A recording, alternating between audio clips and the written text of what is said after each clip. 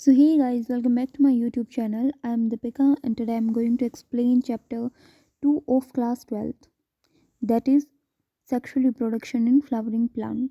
ये हमारा second lecture है. So let's begin.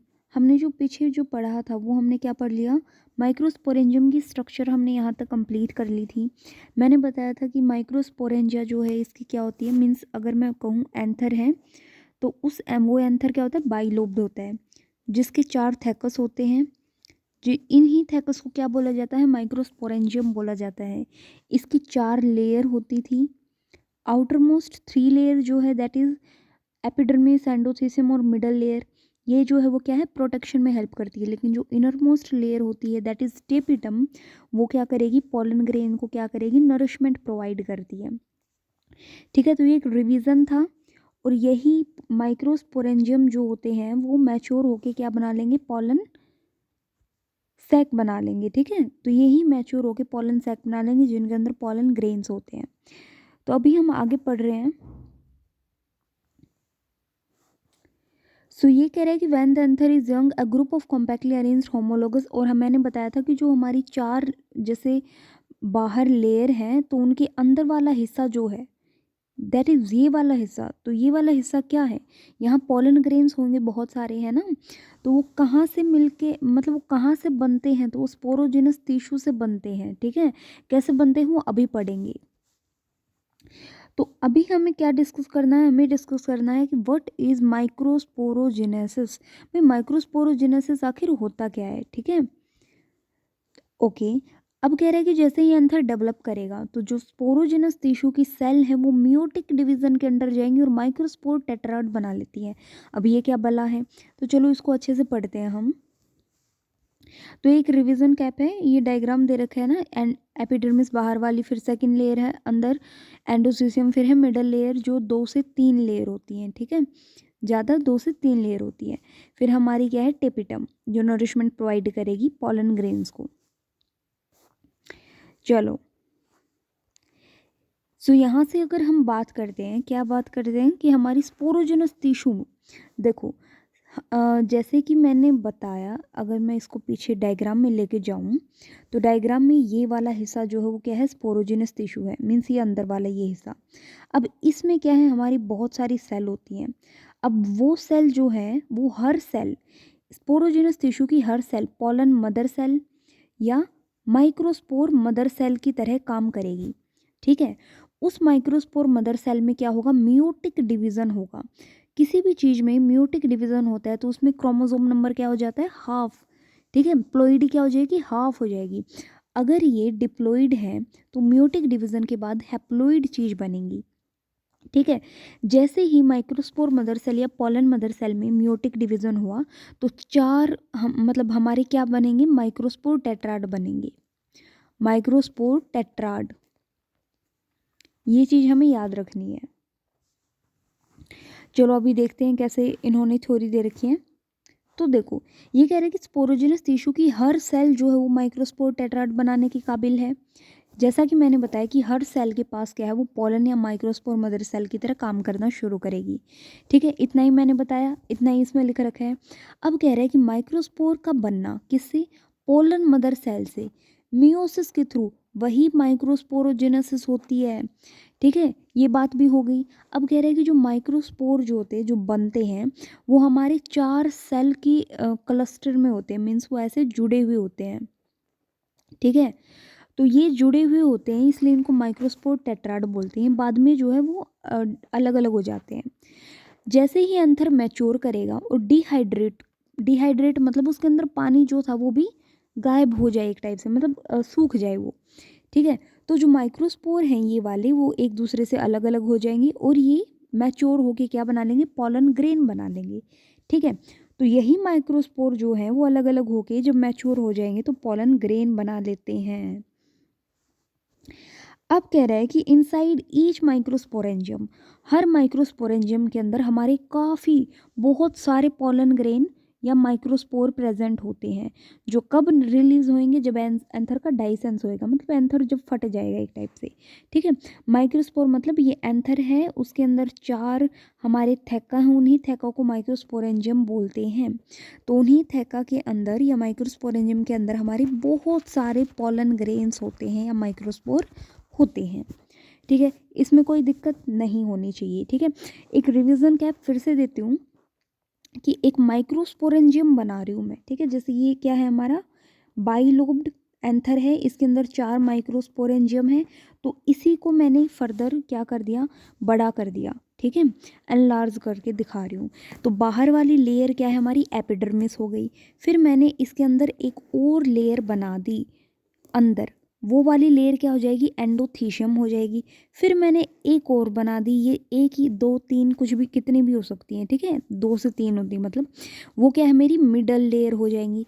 फिर मैंने एक और लेयर बनाई अंदर, इनर वाली, उसको क्या बोलूँगी मैं, टेपिटम बोलूँगी, ठीक है।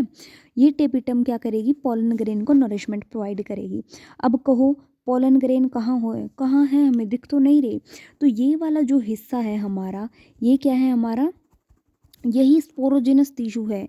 इसमें जो सेल प्रेजेंट होती है वो पॉलन मदर सेल का या माइक्रोस्पोर मदर सेल का काम करेगी। वही जो सेल है ये वाली, इसमें क्या होगा, मियोसिस होगा। मियोसिस होते ही ये किस में कन्वर्ट हो जाएगी, ये जो है वो माइक्रोस्पोर टेट्राड बना लेगी। भाई यहाँ पे हमारे माइक्रोस्पोर टेट्राड हैं जो इस तरीके से अरेंज होते हैं, ठीक है। अब यही मैच्योर होगी और अलग अलग हो जाएंगे, मीन्स इनमें डिहाइड्रेशन कंडीशन के बाद ये क्या बना लेंगे, पॉलन ग्रेन बना लेंगे। तो ये सारी प्रोसेस यहीं पे तो हो रही है, इसी एरिया के अंदर हो रही है, ठीक है। तो ये चीज़ ध्यान रखनी है हमें, कहाँ क्या बोल रखा है, तो हम इतने डीप में घुसे हैं, ठीक है। अभी और डीप में जाएंगे, कैसे कि ये जो पॉलन ग्रेन बने हैं ना ये वाले, इनकी स्टडी करनी है कि ये पॉलन ग्रेन कैसे होते हैं। देखो इतने डीप में जाती है एनसीईआरटी, तो चलो करते हैं। भाई पोलन ग्रेन को रिप्रेजेंट, पोलन ग्रेन क्या है, पोलन ग्रेन ही तो मेल गैमेटोफाइट है। क्यों, देखो मेल गैमेटोफाइट किसको बोलेंगे, जो मेल गैमिट बनाता है, ठीक है। जो मेल गैमेट बनाएगा वो मेल गैमेटोफाइट है। तो मेल गैमेट कौन बनाएगा, पोलन ग्रेन बनाएगा, ठीक है। तो पोलन ग्रेन कैसे बनाएगा वो आगे पढ़ेंगे, ठीक है। तो पोलन ग्रेन क्या रिप्रेजेंट करता है, मेल गैमेटोफाइट। अगर आप हिबिस्कस नामक जो हमारा एक प्लांट होता है, फ्लावर होता है या कोई और फ्लावर, उसमें क्या करोगे, अगर आप उसको टच करोगे ना, आपके हाथों में येलो कलर का पाउडर सा दिखेगा, वो पोलन ग्रेन होता है। वो कुछ नहीं होता, वो पोलन ग्रेन ही होता है, जो हमारे हाथों पे ऐसे येलो येलो पाउडर लगेगा, ठीक है। तो ये जो स्प्रिंकल है, these grains on a drop of water taken on glass slide, मतलब ये माइक्रोस्पोर के अंडर अगर हम देखें तो हमें कुछ इस तरीके से दिखाई देते हैं, ठीक है। ये कुछ पोलन ग्रेन्स का माइक्रोस्पोर के अंदर देख रखा है, वो हिस्सा है, ओके।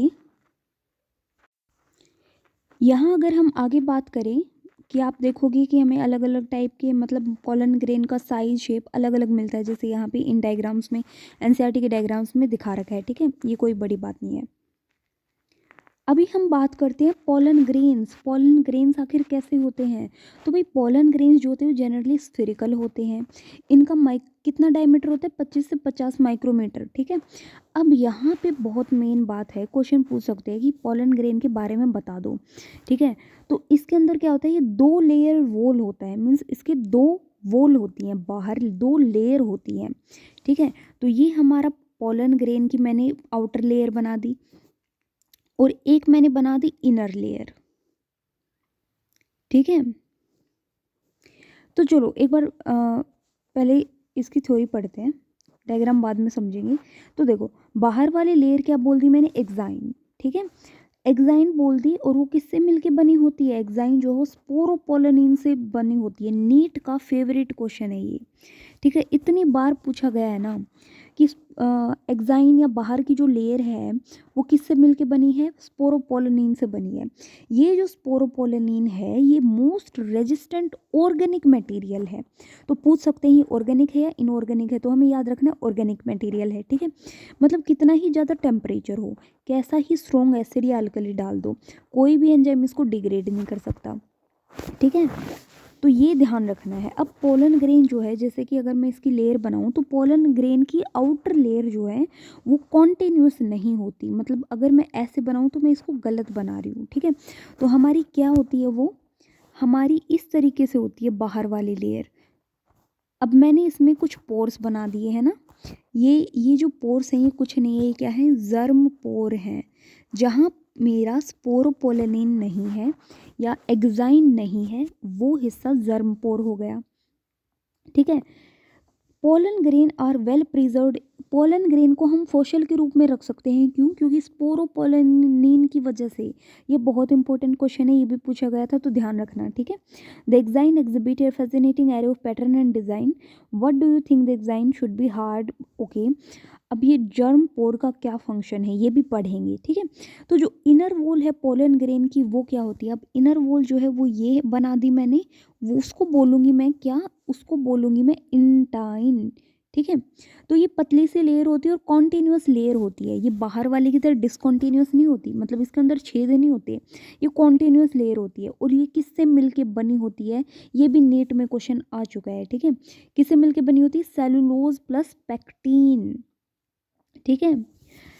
चलो भाई ये भी बात होगी। अब हमने लेयर्स के बारे में पढ़ लिया, अब ये जर्मपोर क्या काम आते हैं ये बता देती हूँ कि इस एंटाइन से, यही एंटाइन जब लंबी ऐसे मतलब बाहर निकलती है तो जर्मपोर के थ्रू बाहर निकलती है, इस एंटाइन से हमारी पोलन ट्यूब निकलती है।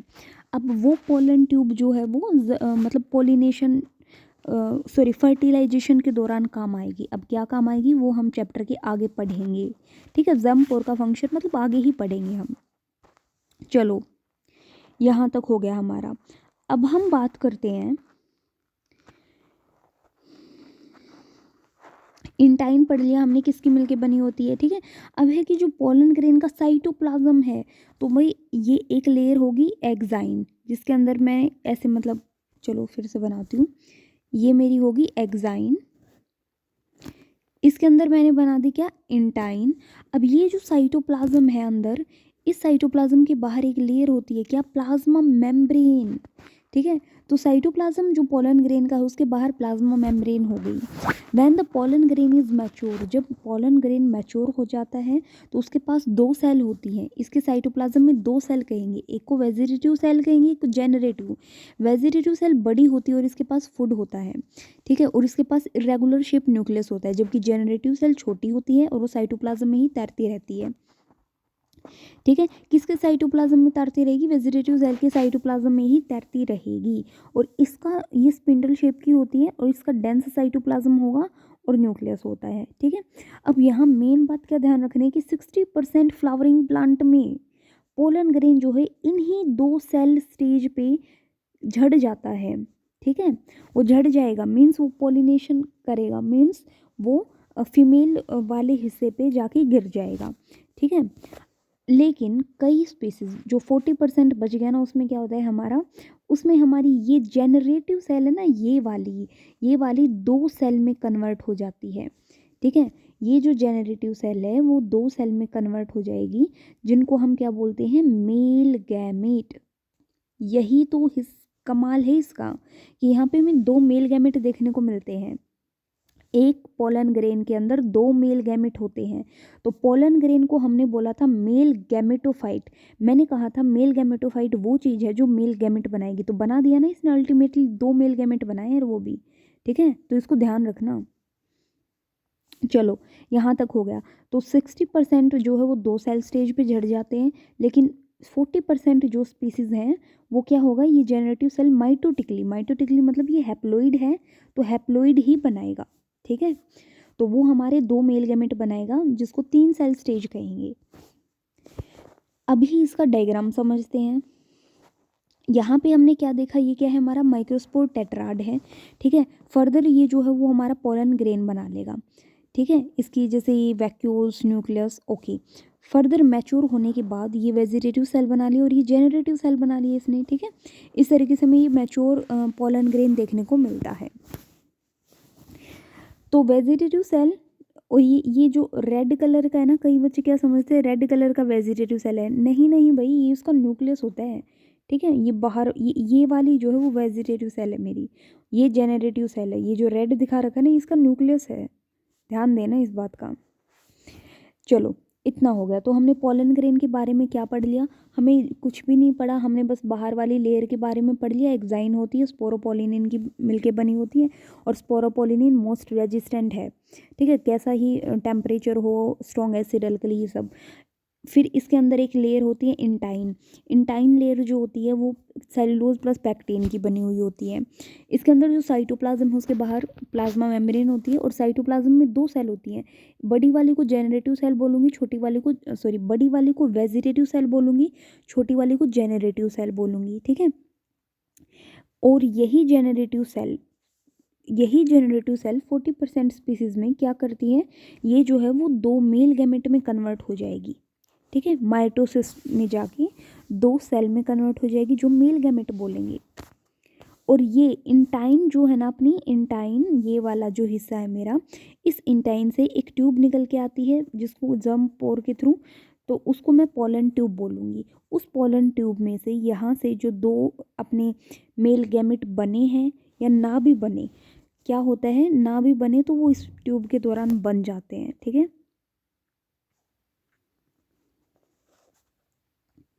चलो अभी कह रहे हैं कि पोलन ग्रेन बहुत सारी स्पीसीज़ के हमें सीवियर एलर्जी कर देते हैं या ब्रोंकियल एफ्लिक्शन कर देते हैं कुछ लोगों में, जिसकी वजह से कहेंगे कोरियोनिक रेस्पिरेटरी डिसऑर्डर्स, जैसे अस्थमा हो गया, ब्रोंकाइटिस हो गया, ठीक है। तो एक स्पीसीज़ है पार्थेनियम या कैरेट ग्रास बोलते हैं, ये हमारी इंडिया से लाई गई थी। जब ये वीट को इम्पोर्ट किया गया था ना, तो ये बाहर देश से ही आई है।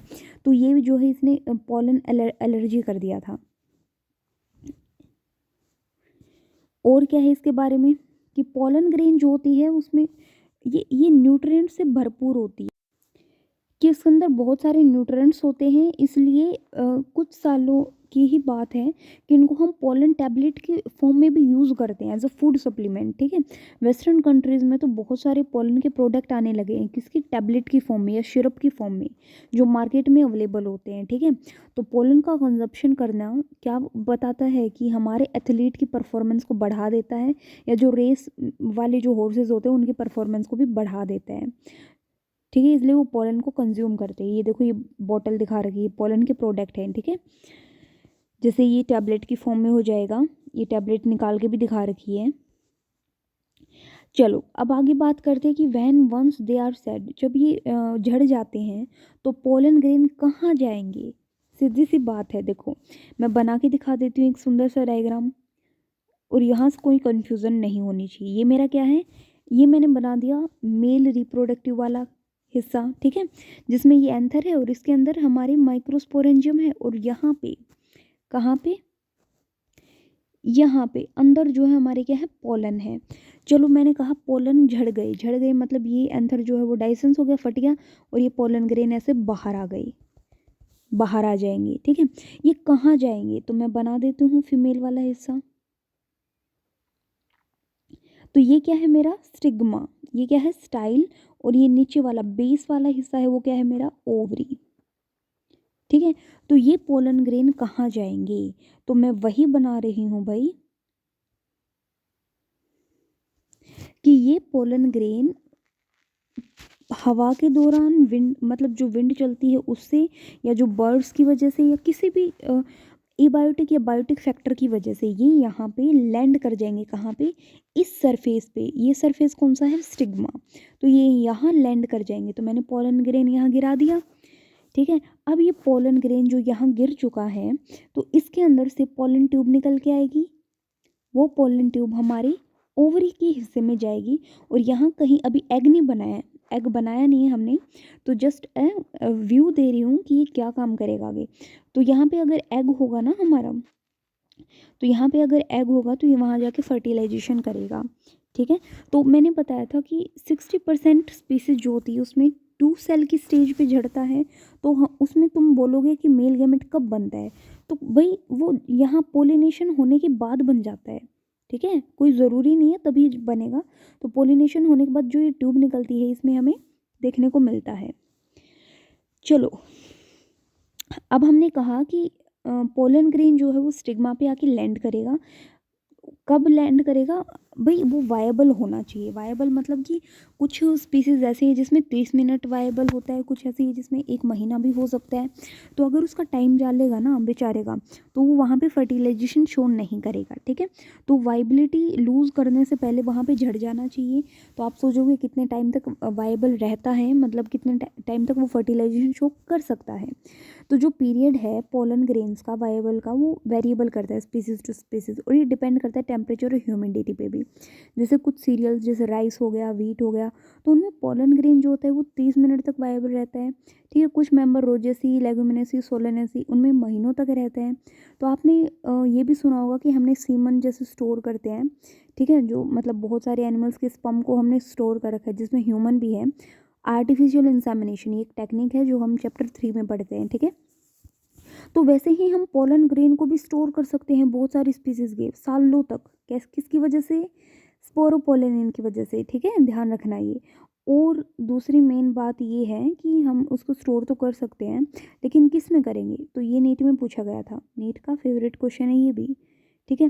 कितने मतलब किस तरीके से करेंगे? तो लिक्विड नाइट्रोजन में। और कितना टेम्परेचर होना चाहिए? -196 डिग्री सेल्सियस, ठीक है। तो ऐसे स्टोर्ड पोलन्स को हम कहाँ कहते हैं कि हम पोलन बैंक में यूज़ करते हैं, सीड बैंक में यूज़ करते हैं, जो बिल्कुल सीड बैंक की तरह यूज़ है, पोलन बैंक बोलेंगे इन क्रॉप ब्रीडिंग प्रोग्राम, ठीक है। तो आज की वीडियो में इतना ही। तो हमें क्या पढ़ा है आज? आज हमने माइक्रोस्पोरोजेनेसिस करना सीख लिया, हमने पोलन ग्रेन अच्छे से पढ़ लिया, ठीक है। तो ये रिवीजन करके आना है। कल जो है हम फीमेल के बारे में पढ़ेंगे, फीमेल की पूरी स्ट्रक्चर पढ़ेंगे, फिर उसमें से हम एग बनाएंगे, और फिर एग बनाने के बाद तुमको पता है क्या होगा, पोलिनेशन करवाएंगे, पोलिनेशन करवाने के बाद फर्टिलाइजेशन करवाएंगे, ठीक है। लास्ट में फ्रूट और सीड बना के ही छोड़ेंगे, ठीक है। तो अभी तक हमने क्या बनाया है? अभी तक हमने सिर्फ पोलन ग्रेन बनाया है। पोलन ग्रेन के अंदर हमने मेल गैमेट भी बना दिए 40% स्पीसीज में, तो ठीक है। तो बिल्कुल बायो की टर्म्स में हम सीखते हैं, बायो की टर्म्स में हम बोलते हैं, ठीक है। सो आज की वीडियो में इतना ही गाइज। अब मिलते हैं next video with next lecture, ठीक है। So thanks for watching my video, and if you like my video then also subscribe my channel.